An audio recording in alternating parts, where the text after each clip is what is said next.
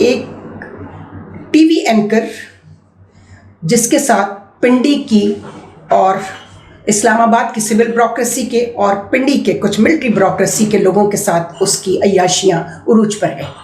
اسلام آباد میں T V anchor ہے وہ. خیر سے اس نے جو بدتمیزی کی اس کے بعد مجھے یہ سوچنا پڑا، مگر اتنا ضبط کیا میں نے کہ نہیں ابھی وقت نہیں. استخارہ کیا، نہیں، جواب نہیں دینا تھا. شاید آج ہی کے دن کا لکھا گیا تھا اور میں آج جواب دے رہی ہوں تمہیں اس محبت کا، پاک فوج کی. چونکہ تمہاری تو محبتیں جو ہے نا، تمہارا تو جسم بکتا ہے نا. تم تو عصمت فروش عورت ہو، ماریہ ذوالفقار. تم یہ یاد رکھنا، میں آج تمہارا نام لے کر کہہ رہی ہوں کہ تم میرے خلاف ڈیفیمیشن میں جاؤ سپریم کورٹ میں. وہاں تمہارے اور تم جیسی سینکڑوں عورتوں کے، کل تمہارا دن تھا نا خواتین کا، تم لوگوں نے بے حیائی اور بے غیرتی کے جو جھنڈے گھاڑے ہوئے ہیں نا، اور تم اپنے آپ کو ایک کسٹم آفیسر کی بیٹی کہتی ہو، چونکہ اس نے اتنا حرام تمہیں کھلایا ہے کہ تمہارے جسم میں حرام ہی حرام دوڑتا ہے. تو جس کے جسم میں صرف حرام دوڑ رہا ہو، وہ کوئی بھی مذہب، کوئی بھی عقیدے، کسی بھی جگہ سے تعلق رکھتا ہو، حرام جو ہے وہ نظر آ جاتا ہے، وہ خود بولتا ہے. السلام علیکم. چینل M5 سے نسرین حسین پرویز آپ سے مخاطب ہے. جناب، ابھی ہم نے جو ماہرہ خان کے کلپ میں ہمیں ان کی شادی کے بیجا اخراجات، اس میں ہم نے ماسٹر ٹائلز کو سب سے پہلے 2 سال پہلے کلپ کیا تھا. انہوں نے کہا تھا کہ 200 ارب کی شادی ہوئی ہے، اور ہم نے اس میں ٹی وی کے ایک ڈرامے فہمیدہ کی کہانی استانی راحت کی زبانی اشفاق احمد کے پلے کا بھی حوالہ دیا تھا، اور یہی کہا تھا کہ پیسہ بری چیز نہیں ہے. گھر کی بزرگ عورت کہتی ہے اپنے بیٹے سے اپنی پوتی کی شادی پر کہ یہ جو تم کر رہے ہو نا، یہ برا کر رہے ہو. پیسہ بری چیز نہیں ہے، پیسے کی نمائش بری چیز ہے. مجھے شہزاد رفیق صاحب بہت بڑے فلم پروڈیوسر اور ڈسٹریبیوٹر ہیں، ان کا مجھے فون آیا اور انہوں نے لکھا کہ آپ نے اس معاملے کو اٹھایا جو ہم کبھی بھولتے نہیں ہیں. تو میں نے ان سے کہا فلم بنائیے اس پر، یہ جو اتنا زیادہ نمائش شروع ہوئی ہے پیسے کی. تو جناب، ماہرہ خان کے کامنٹس میں 2-4 نیگیٹو کامنٹس جو آئے ہیں، نیگیٹو سے ہو سکتا ہے وہ میرے لیے نیگیٹو ہوں، لیکن ان کے لیے پازیٹیو ہوں جن کا راستہ ہی یہ بدی کا اور شیطان کا اور ابلیس کا راستہ ہے. میں یہ نہیں کہتی کہ یہ ماہرہ خان نے خود کرائے یا اس کے چاہنے والے لوگوں نے کروائے. یہ کلپ جس نے بھی کرائے ہیں اس کو میرا جواب ایک تو یہ تھا، اور یہ بڑا عام سا تاثر ہے، میرا پروڈیوسر بھی ابھی یہی بات کر رہا تھا کہ آنٹی آپ جو ہے نا، آپ کی عمر جو ہے نا یہ باتیں کرنے کی نہیں ہے، آپ جائیں اور اللہ اللہ کریں. ہم عام طور پر یہ سنتے ہیں کہ جو لوگ بوڑھے ہو جائیں ان کو کہتے ہیں بھئی ان کی تو اللہ اللہ کرنے کی عمر ہے. بھائی اللہ اللہ کرنے کی عمر جو ہے 7 سال سے شروع ہو جاتی ہے. مائیں بتاتی ہیں روزہ، نماز، حج، زکوٰۃ کے بارے میں، مذہبی تربیت، مشرقی تربیت، بدی اور نیکی کے فرق کی تمیز، یہ تربیت شروع ہو جاتی ہے. اور جو بچے اس تربیت کے حامل ہوتے ہیں ان کی جوانی کی عبادت، اور وہ شخص جو اپنے ضروری دنیا کے کام چھوڑ کر، سورہ جمعہ پڑھیے آپ کو پتہ چل جائے گا کہ چھوڑ دو خرید و فروخت، چھوڑ دو وہ ضروری کام جو دنیا کے کام آنے والے ہیں، اور دوڑو نماز کی طرف. تو ان کی عبادت زیادہ قبول ہے. جوانی کی عبادت تو اس کے تو بات ہی اور ہے نا. یہ جو بڑھاپے کی عبادت ہے نا، معاف کیجیے گا، جب کرنے کو دنیا میں کوئی کام نہ رہے، فارغ البال بیٹھے ہیں تو چلو بھئی نمازیں پڑھنی شروع کر دی. اس عمر میں بھی پڑھنی چاہیے. بھی کیا مطلب؟ یہ تک حکم ہے کرسی پہ بیٹھ کے پڑھو، بیمار ہو تو لیٹ کر پڑھو. اتنی عمر ہو گئی ہے کہ نہیں اچھی طرح رکوع اور سجود کو ادا کر سکتے، قیام کو نہیں ادا کر سکتے. قیام مطلب جب آپ تکبیریں پڑھنا شروع کرتے ہیں، پھر آپ رکوع میں جاتے ہیں، پھر آپ سجدے میں جاتے ہیں. اس کی طاقت اور ہمت اگر جسم میں نہیں ہے تو نماز مت چھوڑو، بستر پہ لیٹ کر اشاروں سے پڑھو. وضو نہیں کر سکتے، تیمم کرو دیواروں کے ساتھ. تو اس پر ایک خاتون ہیں، ٹی وی اینکر بنی ہوئی ہیں. ڈینٹل سرجری ان کے ابا حرام کھلاتے تھے بہت، تو اسے پیسے سے خرید کے، پشاور سے، رہنے والی لاہور کی ہیں وہ، انہوں نے ان کو ڈینٹل سرجری کی ڈاکٹر کی جعلی ڈگری بھی دلا دی. مگر چونکہ دل وہاں نہیں تھا، ہم پہلے بھی کر چکے ہیں. ایک ماڈل ہے نادیہ حسین، ایک وہ تھی شائستہ واحدی.